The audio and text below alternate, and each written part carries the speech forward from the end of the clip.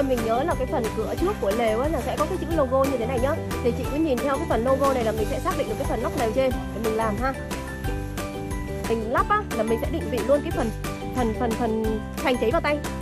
Đó, thì phần dây đó mình làm thế nào để mình xác định được như vậy. Thì khi mà chị muốn treo làm sao cho căng cái lều á là mình sẽ dựa vào đây ạ. Có nghĩa là một người á ở dưới sẽ dùng cái lực tay này, đây là cái phần đế lều này, thì cái phần đế lều này nó sẽ phải nằm căng như thế này. Đó, đó, chị nhìn thấy em định vị chưa? Đó, thì khi nó định vị cách mặt đất này là thấy chưa?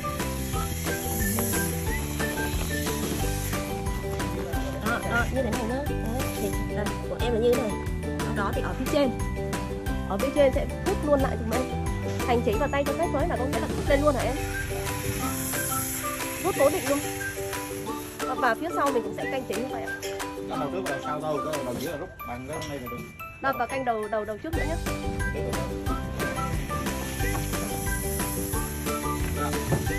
Đó, mình phải canh lều nha. Vừa ra đó. Đó, mình canh làm sao để vừa khi mà mình bắn đẹp cái chân sàn đó là nó vừa căng cái lều luôn ha. Đó, khi mình căng rồi thì mình bắt đầu mình phải ở trên. Thì khi mà chị định vị được lóc lều xong á là mình sẽ xỏ vào cái phần này, phần đường xỏ ống ở hai bên lều nhé. Khi mà xỏ xong là chị nhớ phải định vị cái phần bạt này vào trong cái thanh sắt nhé.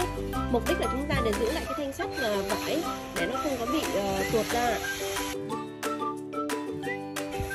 Chị lưu ý giúp em đó là khi mà mình nẹp cái dây này cột dây lên cái thanh này, thanh đà này là mình làm lỏng thôi nhá, để mình định vị cái phần chân kia đã, sau đó mình mới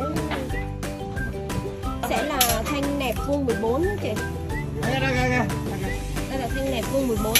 Mục đích của chúng ta là để xỏ cái đường ống chân để định vị chân lều ạ. Thì ở tất cả các 4 phía trước sau và bên hông là chúng ta đều đưa cái ống này vào và sau đó là định vị xuống nha chị. Như vậy cái lều của chúng ta nó sẽ căng. Không ra vô được mình, đánh được mình. Cái này ngoài lại cái này trước. Để thẳng không bắn.